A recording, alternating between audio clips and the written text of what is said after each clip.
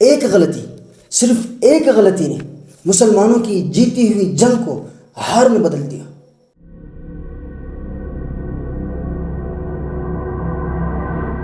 یہ وہ دن تھا جب مسلمان جیت کے بالکل قریب تھے، لیکن ایک غلطی نے پورا نقشہ ہی بدل دیا۔ وہ صحابہ جو رسول اللہ صلی اللہ علیہ وسلم پر اپنی جان قربان کر دیتے تھے، وہ تیر جو صحابہ پر بارش کی طرح برسنے لگے،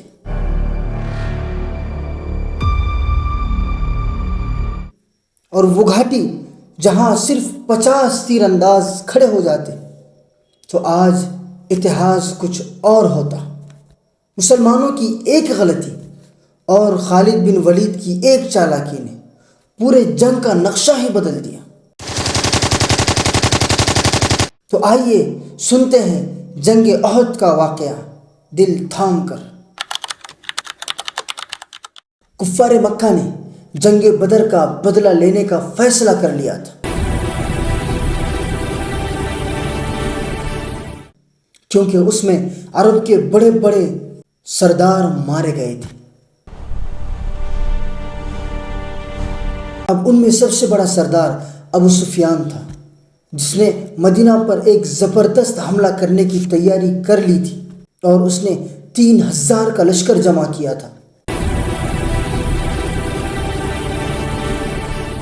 جس میں عرب کے ماہر جنگو اور ماہر گھڑ سوار بھی شامل تھے۔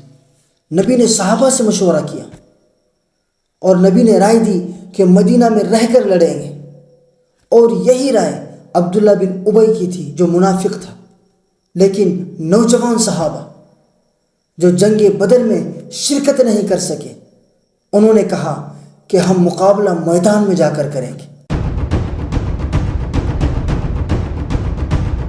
فیصلہ ہو گیا کہ جنگ احد کے میدان میں ہوں گی۔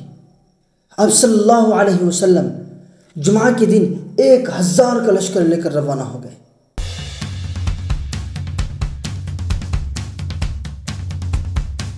جب آپ صلی اللہ علیہ وسلم مقام شوط پر پہنچے تو منافق عبداللہ بن ابی 300 منافقین کے ساتھ الگ ہو گیا۔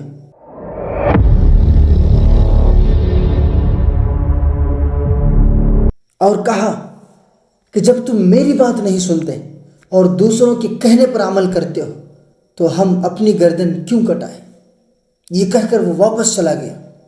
اب مسلمان صرف 700 رہ گئے اور سامنے 3000 کا لشکر۔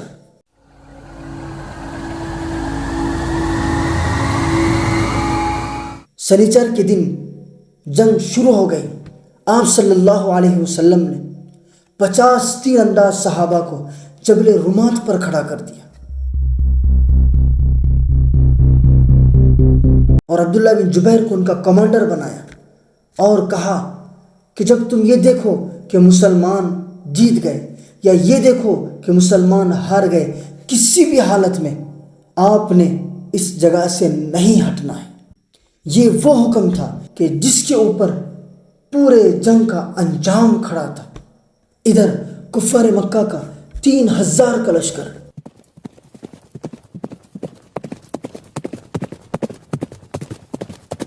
جس کا کمانڈر ابو سفیان تھا، اس میں 200 گھڑ سوار تھے جن کا کمانڈر خالد بن ولید کو بنایا گیا تھا۔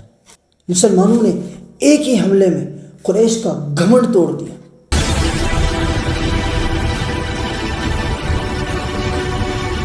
قریش کے بڑے بڑے پہلوان مارے گئے۔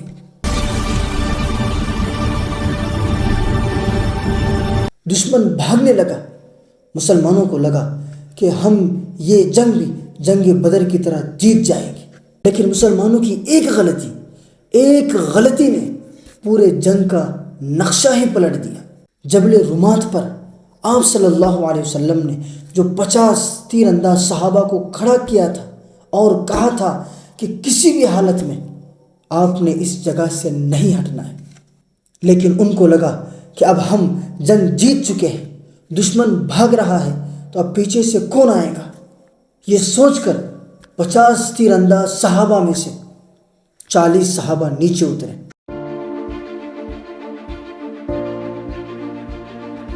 ان کے کمانڈر نے انہیں روکا لیکن وہ اتر گئے۔ اب صرف وہاں 10 باقی رہ گئے تھے، اور یہ مسلمانوں کی سب سے بڑی غلطی تھی۔ خالد بن ولید، جس کی ایک چالاکی سے مسلمانوں پر قیامت ٹوٹ پڑی، اس نے اس گھاٹی کو خالی دیکھا اور اپنے گھڑ سوار وہاں سے گھمائے اور پیچھے سے مسلمانوں پر بجلی کی طرح ٹوٹ پڑا۔ مسلمان دونوں طرف سے گھر چکے تھے، مسلمانوں کی صفیں ٹوٹ گئی۔ آپ صلی اللہ علیہ وسلم کو قتل کرنے کے لیے قریش کا پورا پریشر تھا۔ کچھ صحابہ نے آپ صلی اللہ علیہ وسلم کو گھیر لیا اور آپ کے چاروں طرف ایک سرکل بنایا، اور جو تیر آپ صلی اللہ علیہ وسلم کے پاس آتا صحابہ اس کو روک لیتے۔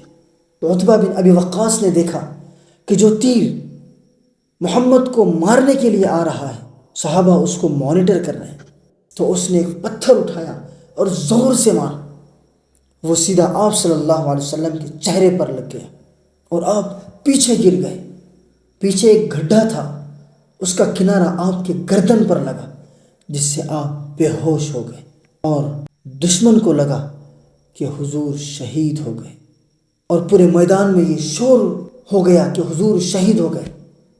صحابہ کی ہمتیں ٹوٹ گئی، مسلمانوں کی حالت بدل گئی، مسلمانوں کے دل کانپ اٹھے، مسلمانوں کی ہمت ختم ہو چکی۔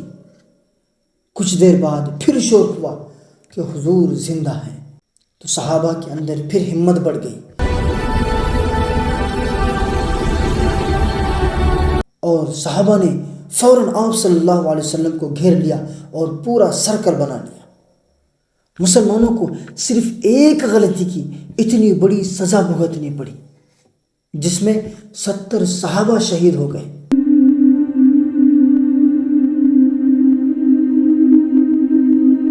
اور اس میں شیر خدا حضرت امیر حمزہ رضی اللہ عنہ بھی شہید ہو گئے۔